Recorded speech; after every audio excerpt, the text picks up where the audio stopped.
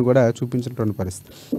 అలాగే మరికొన్ని స్లైడ్స్ చూసుకుంటే కనుక కేసీఆర్ మరో గోబెల్ నీటి ఎద్దడి విద్యుత్ కొరతపై సోషల్ మీడియా తప్పుడు ప్రచారాలు చేస్తున్నారని రేవంత్ రెడ్డి సంబంధించి వార్త కనిపిస్తుంది. అలాగే రంగంలోకి విక్టరీ అనే వార్త కనిపిస్తుంది. బీజేపీకి భయపడేది లేదు, ఢిల్లీ పోలీసుల సమన్లపై ఉత్తమ్ కుమార్ రెడ్డి స్ట్రాంగ్ రిప్లై ఇచ్చారు. కాంగ్రెస్తోనే అభివృద్ధి సాధ్యం, స్పీకర్ గడ్డం ప్రసాద్ కుమార్ రంజిత్ రెడ్డికి మద్దతుగా వికారాబాద్లో ఆయన ప్రచారం చేశారు. దానికి సంబంధించి వార్త కనిపిస్తున్నటువంటి పరిస్థితి. ఇది ప్రధానంగా వార్తాపత్రికలు ఉన్నటువంటి ముఖ్యమైన అంశాలు. దీనికి సంబంధించి పూర్తి విశ్లేషణ అందించేందుకు ప్రముఖ రాజకీయ విశ్లేషకులు కృష్ణమూర్తి గారు మనకి సిద్ధంగా ఉన్నారు. ముందుగా కృష్ణమూర్తి నమస్కారం. కృష్ణమూర్తి గారు నమస్తే. ఎస్ ప్రధానంగా చూసుకుంటే చాలా రాజకీయ బయట ఎండలతో పాటు రాజకీయంగా వేడి కూడా చాలా పెరిగినటువంటి పరిస్థితి కనిపిస్తుంది. హాట్ అంటే ప్రధాని మోదీ రావటం, రిజర్వేషన్ల అంశంపై నిన్న క్లారిటీ ఇచ్చే ప్రయత్నం చేశారు మోదీ వ్యాఖ్యలకు సంబంధించి చూసుకుంటే కనుక రిజర్వేషన్లు తీసే ప్రసక్తే లేదు, ఆర్ఆర్ ట్యాక్స్ పై చాలా కీలకంగా వ్యాఖ్యలు చేశారు. ఇక్కడ డబ్బులు తీసుకెళ్లి ఢిల్లీ పెద్దలకు ఇస్తున్నటువంటి పరిస్థితి కనిపిస్తుంది. సో అసలు ఈ నిన్న వ్యాఖ్యలు చాలా కీలకంగా ఉన్నటువంటి పరిస్థితి కనిపిస్తుంది. సో ప్రధాని మోదీ పర్యటనకు సంబంధించి ఎప్పుడూ చేయని కామెంట్స్ రెండు ఒకటే అని చెప్తూనే నిన్న చేసిన కామెంట్స్ చాలా కీలకంగా మారాయి. సో ఒకసారి ప్రధాని మోదీ వ్యాఖ్యలు ఏ విధంగా చూడొచ్చు అంటారు?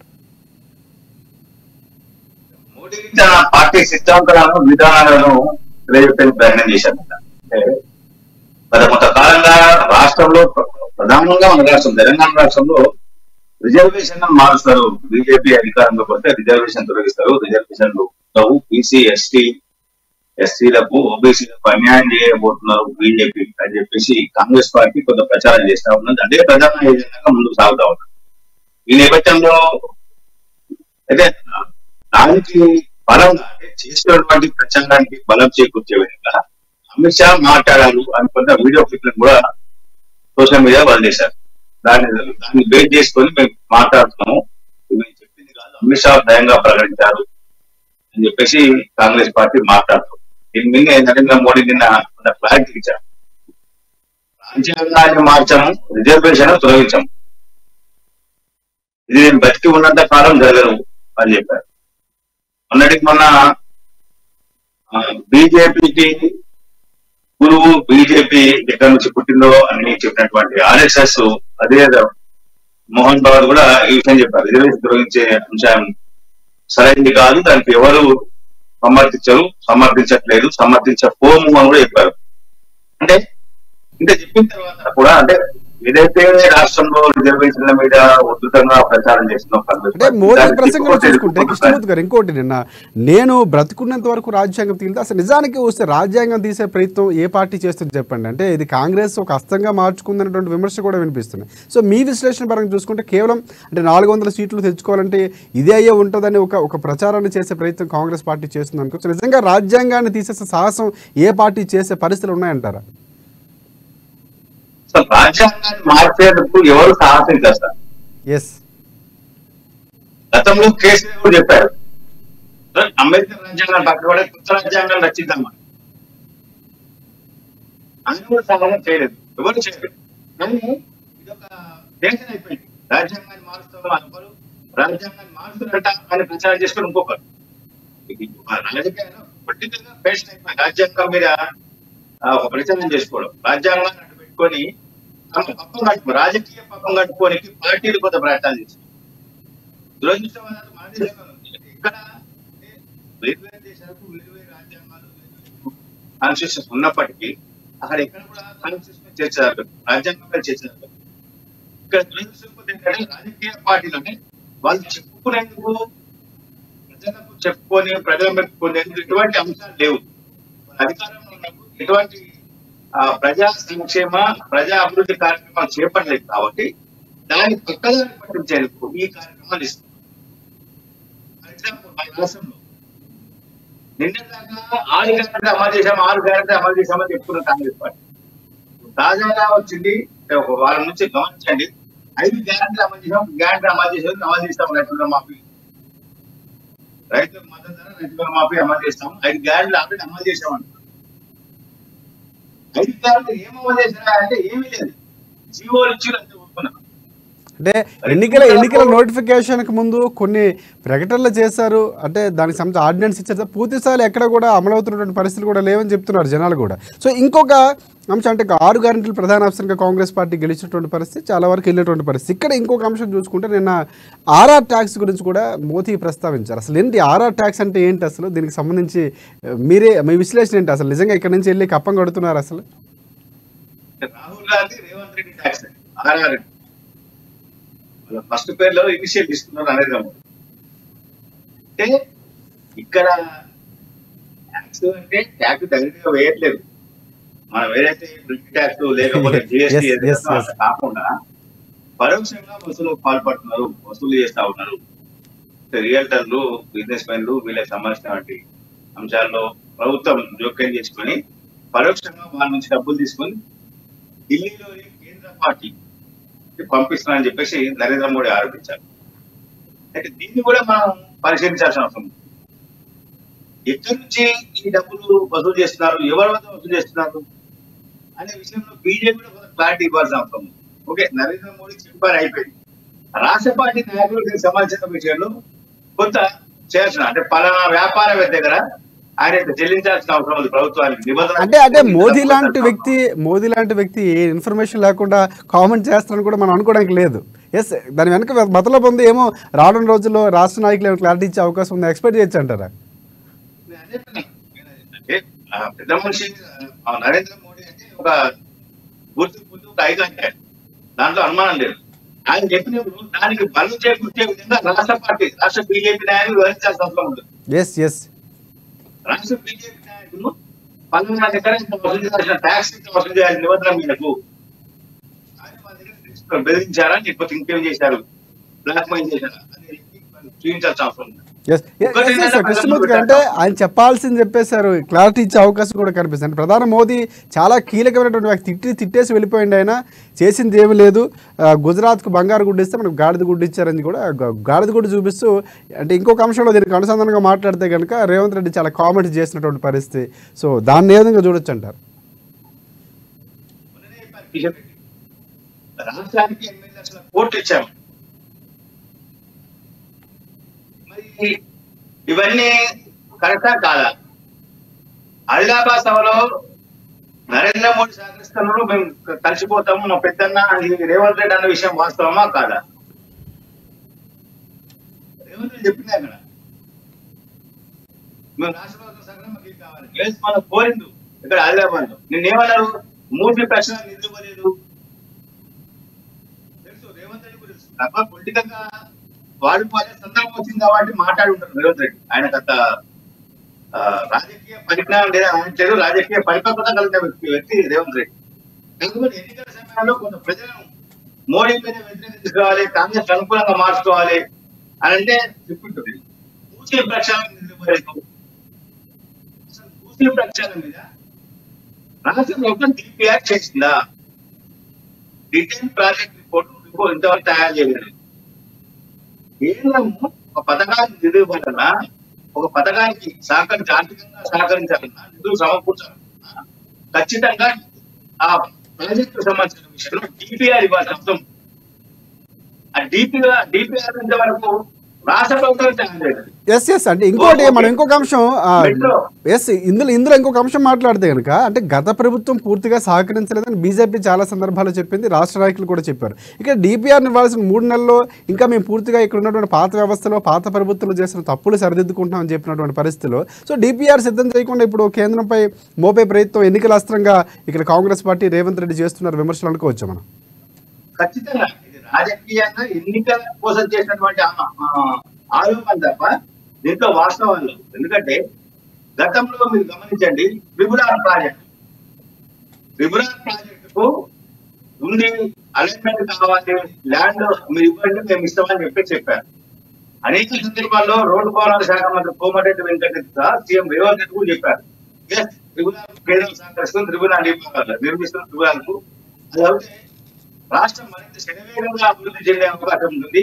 త్రిపురాకు చుట్టూతా పారిశ్రామిక కాంట్రాక్టులు వస్తాయి, త్రిపురాకు అనుబంధంగా రైల్వే లైన్ కూడా వస్తుంది అని చెప్పారు. కేంద్ర ప్రభుత్వం చెప్పింది. మొన్నటి మన కిషన్ రెడ్డి కూడా ఆయన పవర్ పాయింట్ లో దీనికి సంబంధించిన వివరాలను ప్రజల ముందు ఉంచారు. త్రిపురాలకు సంబంధించిన విషయంలో గత ప్రభుత్వం డిపిఆర్ కు సంబంధించిన విషయాలు వాళ్ళు చెప్పినప్పుడు కేంద్రం ఆమోదించి తక్షణమే నిధులను మంజూరు చేసింది. త్రిపురకు సంబంధించిన విషయంలో కేంద్ర ప్రభుత్వానికి ఇటు రాష్ట్ర మంత్రి ముఖ్యమంత్రి ధన్యవాదాలు చెప్పారు. ఇచ్చిరని మరి మూసీ విషయంలో కానీ మెట్రో ఎక్స్టెన్షన్ ఇది ఫలకుమ నిలిమల నుంచి ఫలకుమ వరకు వచ్చేటువంటి మెట్రో ఎక్స్టెన్షన్ ఎయిర్పోర్ట్ వరకు కానీ వాటి సంబంధించిన విషయంలో ఇంతవరకు డిపిఆర్ అడగాలి చేయాలా వద్దా, ఎక్కడి నుంచి వస్తుంది, ఎక్కడ ఉంటుంది, ఇక్కడ మీరు ఆప్షన్ ఇస్తారు, మాల్స్ మాట్లాడుతున్నారా మెట్రో కనబడినారా, ఇంకా మిగతా ఎక్కడ ఎయిర్పోర్ట్ ఎక్కడ మెట్రో ఆల్టింగ్ ఉంటుంది, ఎండింగ్ పాయింట్ అవన్నీ చూపించాలి కదా. అవన్నీ కృష్ణమూర్తి గారు ఇంకొకటి అంటే నిన్న రేవంత్ రెడ్డి అంశంలో మనం బీజేపీకి ఎంత కామెంట్ చేస్తారో పాత సీఎం కేసీఆర్ పై కూడా ఎప్పటి నుంచి విమర్శలు చేస్తున్నారు. సో ఇండియాలకు రానివ్వమని నిన్న రేవంత్ రెడ్డి స్టేట్మెంట్ అంటే ఆయన ముందు స్టేట్మెంట్ ఇస్తున్నారు. ఇండియా కూటమి నిజంగా ఆలోచనలు ఉందో లేదో తెలియదు కానీ ఈయన అయితే రానివ్వమని నిన్న ఒక క్లియర్గా ఒక కామెంట్ చేశారు. ఇండియా కూటమిలోకి కేసీఆర్ను రానివ్వమనే స్టేట్మెంట్ పాస్ చేశారు నిన్న రేవంత్ రెడ్డి. సో నిజంగా ఇండియా కూటమిలోకి రాణిస్తారా లేదా అనేది కాంగ్రెస్ పార్టీ, కానీ ఇక్కడ సీఎం రేవంత్ రెడ్డి నిన్న తీసుకున్నటువంటి ఆ సమయంలో మాట్లాడిన మాటలు ఏ విధంగా చూడొచ్చు అంటారు? అంటే ఎట్లా అంటే నిన్న మొన్న ఎన్నికల సభలో కేసీఆర్ మాట్లాడుతూ మాకు 14 సీట్లు ఇవ్వండి, నామా నాగేశ్వర కేంద్రంలో మంత్రి అవుతాడు అని చెప్పారు. మనం కూడా నేను మాట్లాడుతున్నాం. 200 సీట్లు వస్తాయి భాజపాకి అని చెప్పినటువంటి పరిస్థితి కూడా ఉంది. 14 మంది ప్రభుత్వం కేంద్ర ప్రభుత్వం వేరుపాటు కలిగేస్తారు, నామనాగేశ్వర మంత్రి కూడా వస్తారు. అంటే ఈయన ఇండియా కూటమి లేదు, ఎన్డీఏ కూటమి లేదు. దాని గురించి మాట్లాడితే ఏం చెప్పారంటే మేమైతే ఇండియా కూటమిలో రాని ఆయన ఇష్టమంటే ఎన్డీఏ కూటమికి వాదిస్తాము, నరేంద్ర మోడీ అమిత్ షా వాదిస్తాము, తీసుకుంటే కేసీఆర్ మాత్రం రాజీలేము. అంటే మేము కేసీఆర్ తోటి ఇంకా సమదూరం పాటిస్తాం, ఆయనతో కలిసి పనిచేసే ప్రయత్నం మేము చేయము, భవిష్యత్తులో కూడా జరగదు అని చెప్పేసి ప్రజలకు స్పష్టమైన సంకేతం ఇచ్చారు. అంటే ఈయనేదో ఊహించుకొని కేసీఆర్ అతిగా ఊహించుకొని ఈయన మంత్రి పదవి వస్తుంది, ఆయన పిలుపు వస్తుంది, ఆయన ఇంకోటి వస్తుంది, రేపు మొత్తం నేనే దేశాన్ని వెళ్తున్నా, మీడియా మొత్తం సంఘాల పెట్టుకుంటా కంట్రోల్ చేసుకుంటా అని అనుకుంటున్నాడు కేసీఆర్. ఆయన ఇంకా పరిచయం అనుకున్నారు. 14 మంది 17 ప్రభుత్వాలు వెళ్ళిపోతుంది. 17 సీట్లు బీజేపీ గెలిపించిన కేసీఆర్ ప్రభుత్వాన్ని ఏర్పాటు చేయడం ఒక మంత్రి పదవి రాదు. కేసీఆర్ ను దేశంలో ఉన్నటువంటి పార్టీలు చాలా నమ్మట్లేదు. మీరు గమనించండి, ఢిల్లీలో బీఆర్ఎస్ పార్టీ శంకుస్థాపన ప్రారంభోత్సవం జరిగినప్పుడు మాజీ ప్రధానమంత్రి దేవగౌడ కుమారస్వామి రెడ్డి కర్ణాటక మాజీ ముఖ్యమంత్రి. తర్వాత ఆయన ఎక్కడ ఉన్నాడు? కేసీఆర్ తో ఉన్నాడా? బీజేపీ ఎన్డీఏ కూటమి. కేసీఆర్ ను ఎవరు నమ్మరు సార్, అది అప్పటి ఓన్లీ టెంపరీ. కానీ మీరు క్లియర్ కట్ గా చెప్తున్నారు. ఇక్కడ ఇటువైపు కేసీఆర్ కూడా నిన్న కొన్ని కామెంట్ చేసినటువంటి పరిస్థితి. సో ఇక్కడ ప్రసంగంలో ఇన్ని రోజులు కూడా మళ్ళీ మేము వస్తాము లేకపోతే ధీమాను వ్యక్తం చేస్తూ ఇటువైపు కావాలని చేస్తున్నారని చెప్పిన నేపథ్యంలో ఉంటే ఇక్కడ ఈడీని కూడా దించండి, ఏదైతే ఆర్ఆర్ ట్యాక్స్ సంబంధించిన మోదీ చేశారో కామెంట్స్ దానికి సంబంధించి కూడా నిజమైతే రేవంత్ రెడ్డిపై దర్యాప్తు చేయించండి అని కూడా చెప్పినటువంటి పరిస్థితి కనిపిస్తుంది. సో నిజం అయితే చేపించండి, అసలు ఏంటి ఈ డిఫరెన్స్ ఏంటి? కేసీఆర్ మాట్లాడిన మాటలు ఏ విధంగా చూడొచ్చు అంటారు?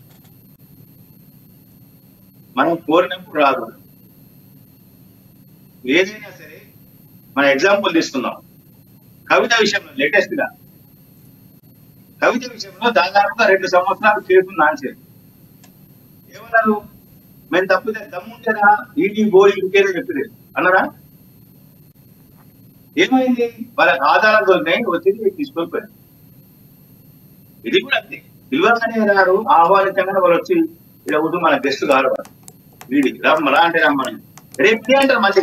రేపు ఎన్నికల ప్రచారంలో కేసీఆర్ నేను చూసాను, ఇది వచ్చిందా రేవంత్ ఎంక్వైరీ చేయలేదు, ఇద్దరు ఒకటే మళ్ళీ వస్తుంది, ఇల్లు వస్తుంది, ఈ ప్రచారం జరుగుతుంది. అంటే ఇదంతా కూడా తాత్కాలికమైనటువంటి ప్రచారం కోసం పనికొచ్చే వ్యవహారం. కానీ ఈడీకి ఆధారాలు దొరికినప్పుడు ఎవరిని వదలదు,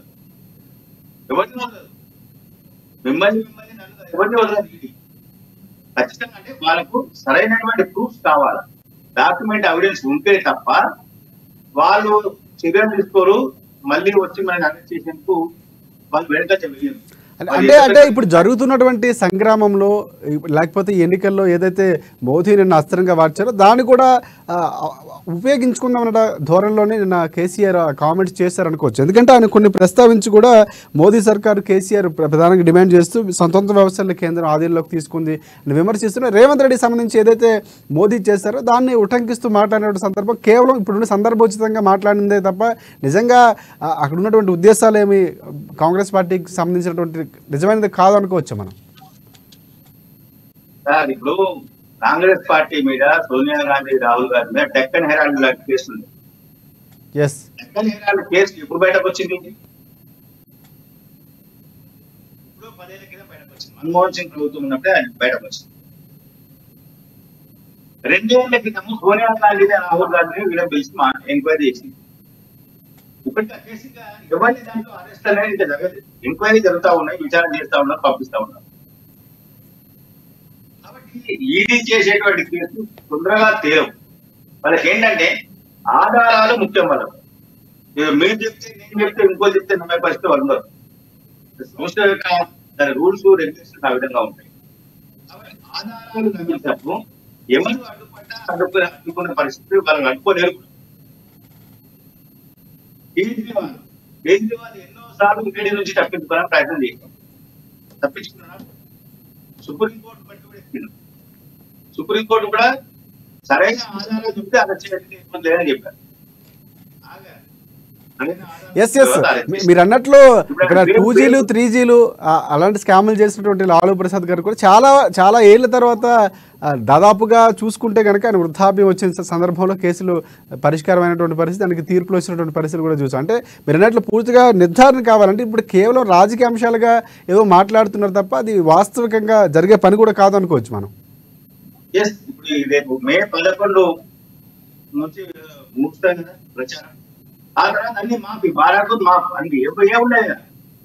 మీకు ఫేక్ వీడియోలు, డబల్ ట్యాక్స్ ఉండదు, ఏది కనబడదు. కేంద్రం గాడిద గుడ్డు కనబడదు, ఏది కనబడదు.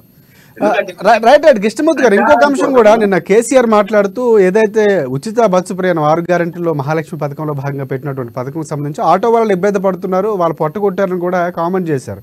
నిజంగా ఆ పరిస్థితులు ఉన్నాయంటారు. అంటే ఆటో వాళ్ళు కూడా కొన్ని సందర్భాల్లో ధర్నాలు చేసినటువంటి పరిస్థితి. సో ఇక్కడ రాష్ట్ర ప్రభుత్వం కూడా వాళ్ళతో మాట్లాడినటువంటి సందర్భాలు కూడా ఉన్నాయి. సో ఈ కామెంట్స్ ఇప్పుడు కొంతవరకు ప్రాధాన్యత ఉండే అవకాశం ఉందంటారా? ఆటో వాళ్ళు ఇబ్బందులు ఉన్నాయి. కొంతమంది ఆటో వాళ్ళు కొంత దురుగ్గా ప్రవర్తిస్తా ఉన్నారు. కొంత అంటే కొంతమంది చేసే పనులు ఆటో వాళ్ళు అంటే సమాజంలో ఒక రకమైనటువంటి ఇబ్బందికర పరిస్థితి ఉంది. ఆటో వాళ్ళు అంటే వాళ్ళ మీద కొంత ప్రజల్లో ద్వేషభావం ఉంది, వ్యతిరేకం ఉంది. కొంతమంది అందరూ అంటారు, కొంతమంది చేసినటువంటి పనులు, కొంతమంది ప్రవర్తన, కొంతమంది వ్యవహార శైలి, కొంతమంది డ్రైవింగ్, వీటి ద్వారా అందరికీ అది అడ్డగడుతుంది. అది వాస్తవానికి మహిళలకు ఉచిత బస్ సౌకర్యాన్ని కాంగ్రెస్ పార్టీ ప్రభుత్వం రాష్ట్రంలో ప్రవేశపెట్టిన తర్వాత కొంత ఆటో వాళ్ళ జీవితము కొంచెం దుర్భరంగా మారింది. దీంట్లో ఎటువంటి అనుమానం. చాలా మంది అంటే వ్యవసాయంలో వ్యవసాయం లాభసాటిగా లేదు, ఇబ్బందులు ఉన్నాయి, ప్రభుత్వ ఫలితాలు రైతాంగం సహకరించట్లేదు అన్న ఉద్దేశంతో వాళ్ళందరూ కూడా పొలాలను, కొంతమంది భూములను జీవనం సాగించడానికి ప్రయత్నం చేసి అట్లాంటి వాళ్ళ కుటుంబాలు ఆధారపడుతుంది. కొంతమంది ఆటో డ్రైవర్ల దీని మీద వాళ్ళ కుటుంబాలు ఆధారపడుతుంది, ఆటో డ్రైవర్ల ఉపాధి. కాబట్టి అట్లాంటి వాళ్ళకు రాష్ట్ర ప్రభుత్వం ఆదుకోవడం చెప్పింది. వాళ్ళకి హామీ ఇచ్చింది, నెలకు 10,000 ఇచ్చేవాళ్ళు. ఇంతవరకు ఆ పథకం అమలు కావట్లేదు. అది 6 గ్యారెంటీలో ఒకటే చెప్పేసి చెప్తున్నారు. వాళ్ళకు వెంటనే రాష్ట్ర ప్రభుత్వం అంటే గతంలో ప్రకటించిందే కాబట్టి దాన్ని వెంటనే అమల్లోకి డిస్కస్ అయిపోతుంది. నెలకు 10,000 ఇస్తామనుకోండి, నెలకు 10,000 ఓకే, కొంత చన్నీళ్ళకు వేడి నీళ్ళు దాకా కొంత పనికి వస్తాయి, వేడి నీళ్ళు చన్నీళ్ళు దాకా కొంత పనికి వస్తుంది. కానీ అది అమలు కాలేదు. చాలా చోట్ల ఆటో డ్రైవర్లు ఇప్పటికీ కొంతమంది ఆర్థికంగా చిరిగిపోయి వాళ్ళు చాలా నానా ఇబ్బందులు పడతా ఉన్నారు. కొంతమంది మరణాలు పాల్పడ్డారు. మరణాలు అన్ని సమస్యల పరిష్కారం కాదు. దానికి కాకుండా జీవన పోరాటంలో ముందుకు వెళ్లాల్సిన అవసరం ఉంది కాబట్టి ఆటో డ్రైవర్లు కూడా కొంత సమయంతో పాటించి ప్రభుత్వం మీద ఒత్తిడి పెంచి వాళ్ళు తమకు కావాల్సినటువంటి అంటే గతంలో రాష్ట్ర ప్రభుత్వం ఏదైతే హామీ ఇచ్చిందో ఆ హామీ నెరవేర్చుకునే విధంగా కొంత ప్రయత్నాలు చేస్తే బాగుంటుంది. రైతులకు కూడా right right right right thank you Krishnamurthy గారు. ప్రధానంగా చాలా అంశాలు మాట్లాడినటువంటి పరిస్థితి మీరు అన్నట్లు బయట ఎండలు ఎలాగ ఉన్నాయో పాలిటిక్స్లో కూడా అదే స్థాయిలో హీట్ ఉన్నటువంటి పరిస్థితి కనిపిస్తుంది. చూద్దాం అంటే పూర్తి స్థాయిలో ఎలా జరగబోతుందో. థ్యాంక్ యూ మీ విశ్లేషణ అందించినందుకు. ఇది ఇవాళ న్యూస్ క్యాన్. రేపటి న్యూస్ క్యాన్లో మళ్ళీ కలుసుకుందాం. అంతవరకు చూస్తూనే ఉండండి అమా న్యూస్, నిజం కోసం జనం.